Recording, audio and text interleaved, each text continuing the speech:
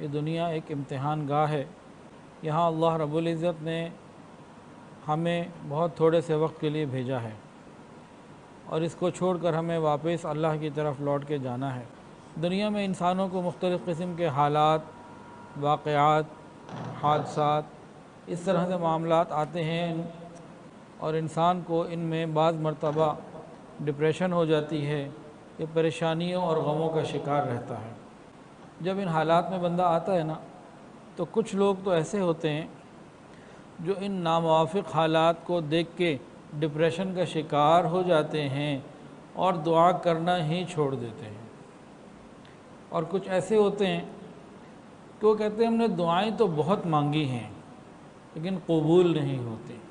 تو کئی طرح کے لوگ ہوتے ہیں، کچھ کہتے ہیں ہم نے دعائیں مانگی ہیں قبول نہیں ہوئی، کچھ کہتے ہیں کہ ہم ڈپریشن میں چلے گئے اب ہمیں دعا مانگنی ہی نہیں۔ عجیب بات ہے، میں ذمہ داری سے بات کرنے لگا ہوں، اہم اور بڑی بات کرنے لگا ہوں کہ جس زمانے میں یہ لوگ کہہ رہے ہوتے ہیں کہ دعائیں مانگنا چھوڑ دیں یا دعائیں قبول نہیں ہوتیں، عین اسی حالات میں انہی دنوں میں کچھ ایسے لوگ ہوتے ہیں زمین کے اوپر جن کی دعائیں قبول ہو رہی ہوتی ہیں۔ کچھ نیک لوگ ہوتے ہیں، علماء ہوتے ہیں، مشائخ ہوتے ہیں، ان کی دعائیں قبول ہو رہی ہوتی ہیں۔ تو یہ کیا ہے؟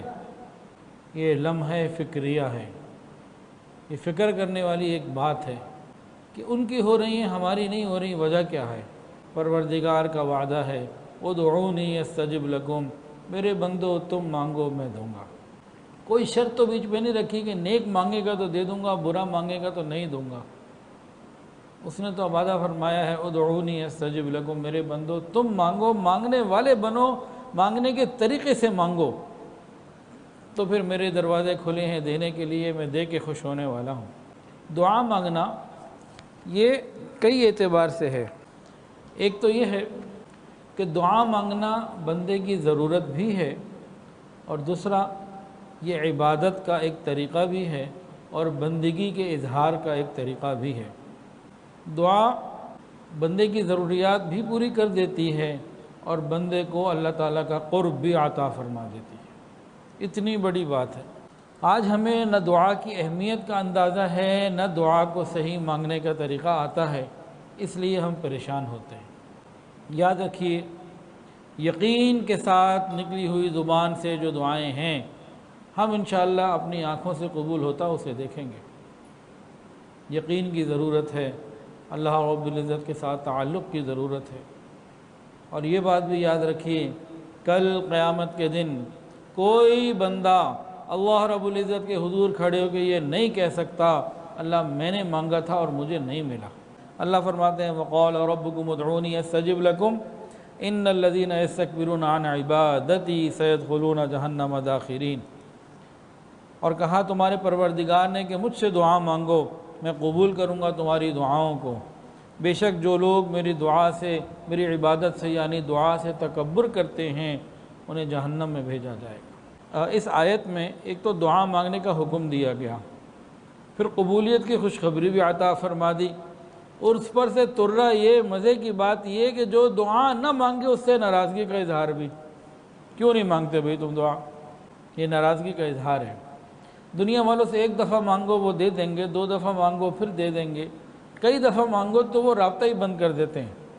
یہ بندہ بار بار مانگتا ہی رہتا ہے، اور وہ کریم پروردگار ایک دفعہ مانگو دیتے ہیں، دوبارہ مانگو دیتے ہیں، تیسری دفعہ مانگو دیتے ہیں۔ جو مانگتا رہے اور ہر چیز ان سے مانگے اللہ اس کو اپنا دوست بنا لیتے ہیں۔ پھر دنیا والے دن میں دیتے ہیں رات میں نہیں دیتے، ان کے اوقات ہوتے ہیں، وہ کریم پروردگار دن میں بھی دیتا ہے اور رات میں بھی دیتا ہے، جب جو مانگے ہر وقت اس کا دروازہ کھلا۔ کبھی ایسا نہیں ہو سکتا کہ مانگنے والے نے ہاتھ اٹھائے ہوں اور رب کا دروازہ بند ہو۔ ہر وقت دینے کے لیے اللہ رب العزت راضی ہیں، دینا چاہتے ہیں۔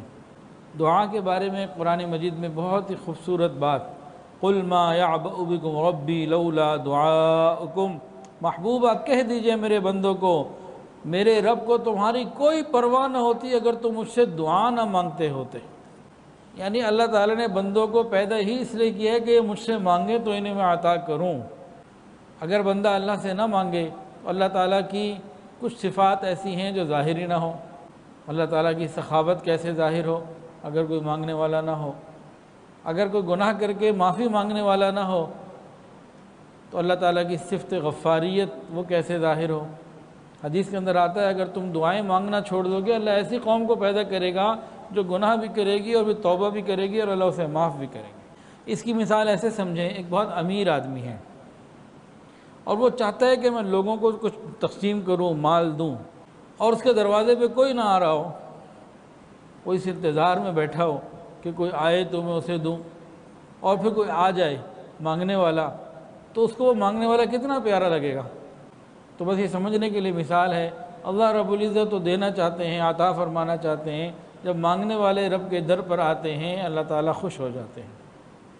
اور اللہ سے کیا مانگے؟ وَاسْأَلُوا اللَّهَ مِن فَضْلِهِ، اللہ تعالیٰ سے اس کا فضل مانگا کرو، اللہ تعالیٰ سے اس کا فضل مانگا کرو۔ یہ قرآن ہے۔